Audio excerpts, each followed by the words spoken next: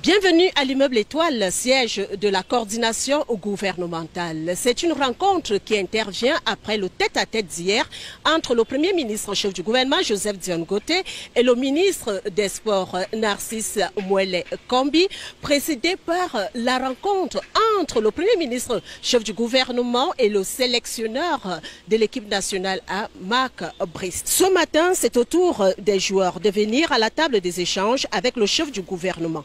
Convivialité, sérénité, esprit d'équipe et apaisement sont les propos de Joseph Dione Ngoteh qui doit rendre compte au président de la République des résolutions issues de cette rencontre, lui qui instruit la démarche. L'oreille indiscrète du reporter retiendra que Yaoundé ou Garoua sont toutes des villes camerounaises dotées d'infrastructures pouvant accueillir les rencontres internationales, tout comme Douala, Limbe, Bafoussam. Et Joseph Dione Ngoteh de rappeler fort opportunément aux joueurs, je cite, « C'est vous qui êtes au centre. Vous êtes nos ambassadeurs. À travers le monde, vous êtes nos vedettes. » Première conclusion partielle. Les joueurs sont prêts à jouer partout où les conditions seront remplies selon la volonté de la CAF et de la FECAFOOT.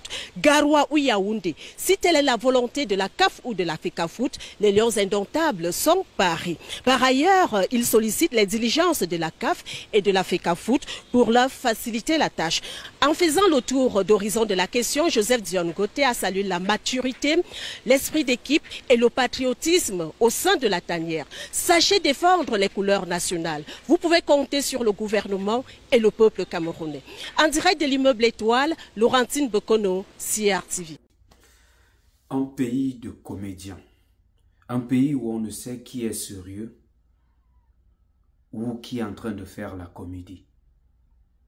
Aujourd'hui, on vient nous raconter, après moult situations qu'on est en train de vivre entre le ministère du Sport et la FECAFOOT, que le Premier ministre, M. Dione Ngoteh, est sorti et a mis fin à la situation. Et du coup, d'un seul coup comme ça, les joueurs ont retrouvé leur esprit patriotique et ont compris qu'il y a une loi dans le sport.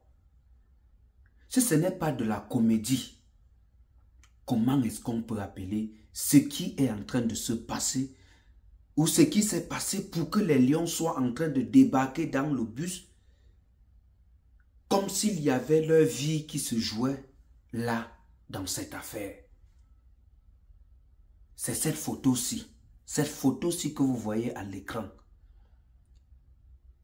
Comme pour dire que le désordre qu'on voit là, le désordre peut être collectif, mais l'échec est individuel. L'échec est individuel. Chacun connaît le poids de ses... C'est chacun qui ressent le poids de ses charges qu'il a au niveau de l'épaule.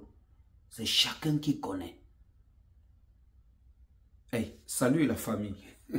J'espère que vous allez bien. C'est un honneur de vous retrouver une fois de plus dans cette autre vidéo et surtout de partager cet instant avec vous.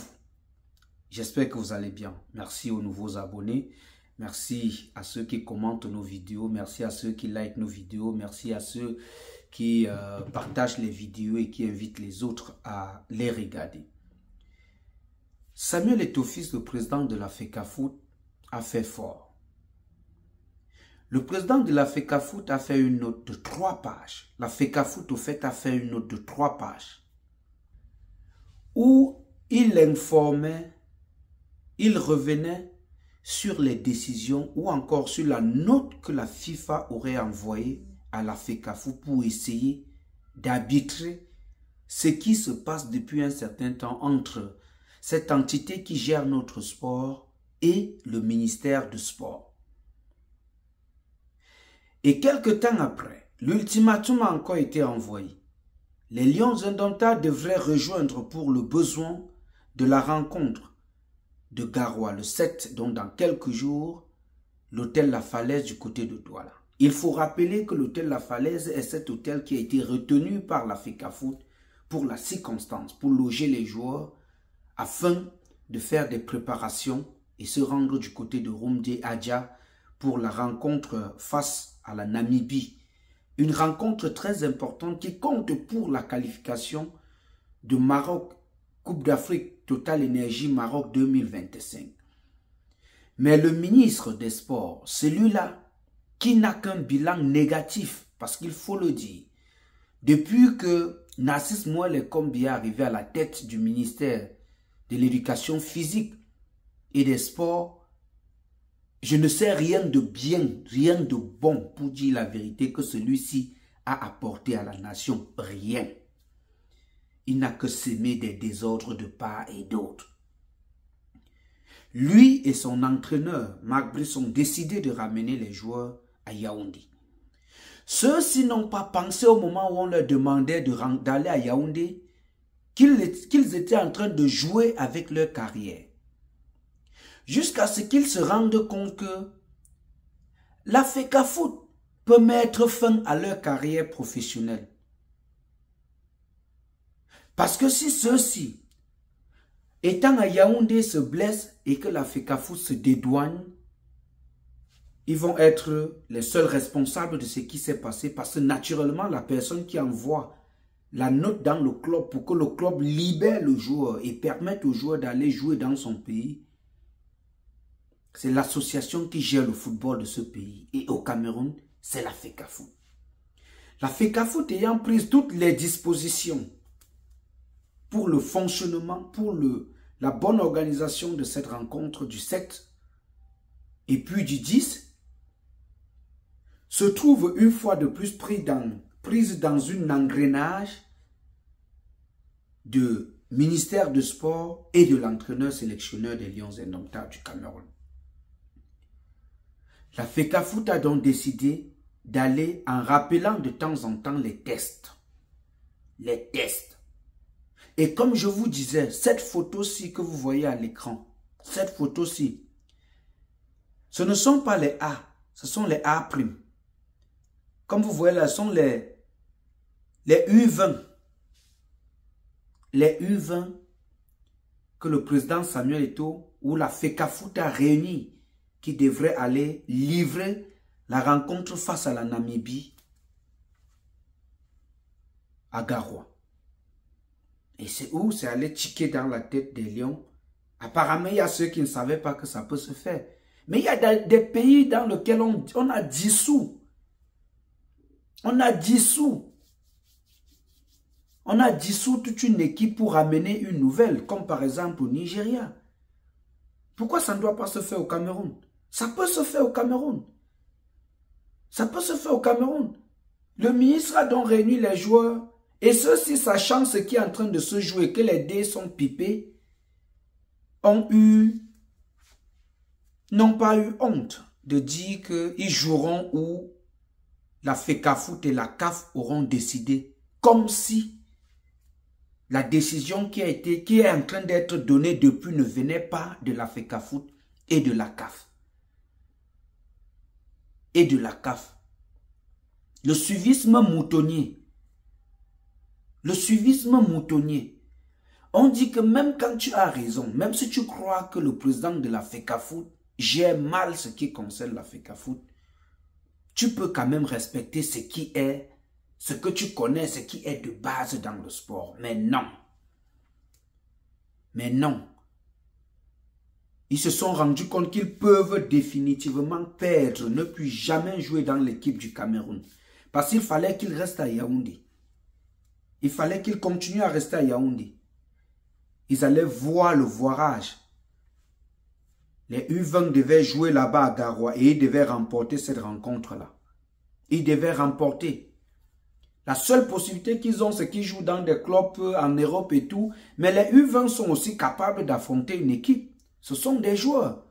Il suffit juste d'avoir le courage pour pouvoir s'exprimer. Ils débarquent là maintenant, ils courent. Mais ce n'est que le début. Parce que cette affaire, on dit que le premier ministre, M. John Gouté, a tranché, mais il n'a rien tranché. Hein. Il n'a rien tranché. Tout ce qui se passe là, on nous voit le visage. Rien n'est tranché. Cette affaire est plus ancrée que vous ne pouvez imaginer. Les racines sont ancrées au sol. Vous ne pouvez imaginer. Cette affaire FECAFOOT et ministère de Sport. Si on ne revient pas sur les décisions qui ont été prises en 2015 et peut-être rendre indépendante la FECAFOOT, Ou encore, si les deux, ça veut dire Samuel Eto'o-Fils et Narcisse Moelle Kombi, si les deux là, si on ne fait pas sauter les deux là, le sport au Cameroun ne connaîtra jamais la paix. Ceci n'est qu'une première phase. Ils vont aller à Garoua pour jouer. Ils courent là parce qu'ils ne veulent pas perdre leur place. Ils sont en train de courir là, ce n'est pas pour la nation qu'ils le font. C'est pour leur intérêt qu'ils le font. Même s'ils disent qu'ils défendront la nation, ce n'est pas la nation qu'ils veulent défendre. D'abord, ils viennent pour de l'argent. Ils ne viennent pas pour la nation. Ils s'en foutent de la nation. Aucun d'eux là ne peut jouer s'il sait qu'il ne sera pas payé. Aucun d'eux. Pourquoi ils n'ont pas, comme ils veulent jouer pour la nation, pourquoi ils n'ont pas enlevé l'argent pour payer le billet d'avion ou faire quoi que ce soit? Ils vont nous dire que non, si les règles n'exigeaient pas qu'ils devaient. C'est une bande de malades. C'est une bande de malades. De malades jusqu'au niveau où un entraîneur sélectionne les joueurs. On a un gardien qui est en poupe, dont le vent est en poupe. Fabrice Ondoa, qui est en train de faire une bonne prestation. L'entraîneur ne le convoque pas. Les clans, c'est ça qui doit détruire le sport. Ça, c'est le chaos. Le chaos. Samuel Eto'o donnait des ultimatums, mais eux, ils ne savaient pas qu'il avait une carte sur la main. Quand ils ont vu la vraie carte sortir, tout le monde débarque et il n'y a plus de débat sur le stade. Il peut décider là maintenant que la rencontre se jouera à Japoma. Ils vont aller à Japoma. Il peut décider que ça va se jouer au stade Omnisport à Bepanda. Ils vont jouer là-bas. Ils vont jouer là-bas. Pourquoi est-ce qu'il a fallu qu'on en arrive là? On pouvait éviter ça. On pouvait éviter ça. La famille. Est-ce que tu connais l'université S.L. Heard University du côté de Limbe? Ça forme des médecins. Si tu as quelqu'un là qui veut se former en médecine ou qui a un BTS en médecine et qui veut avoir une licence, qui a une licence en médecine, qui veut avoir un master, ne réfléchis plus trop. S.L. Heard University est là pour la solution. Ne vous dérangez plus à hypothéquer les biens, vendre les biens parce qu'on va envoyer les enfants en Europe. La solution est là à côté. La solution est là à côté. Merci à vous. Merci à vous, chers abonnés. Merci à l'équipe technique. Merci à Darol Flodan. Merci à Didier Bamba. Merci à Stéphane depuis Houston dans les États-Unis, sur le Texas. Merci à Irène. Pour porter la voix de cette autre vidéo, j'ai signé et j'assume. Appelez-moi Laurent Eboué, le fils du peuple. Est-ce que j'ai besoin de vous rappeler que je vous aime? Ah, parce que vous savez que je vous aime. Mais alors, très fort.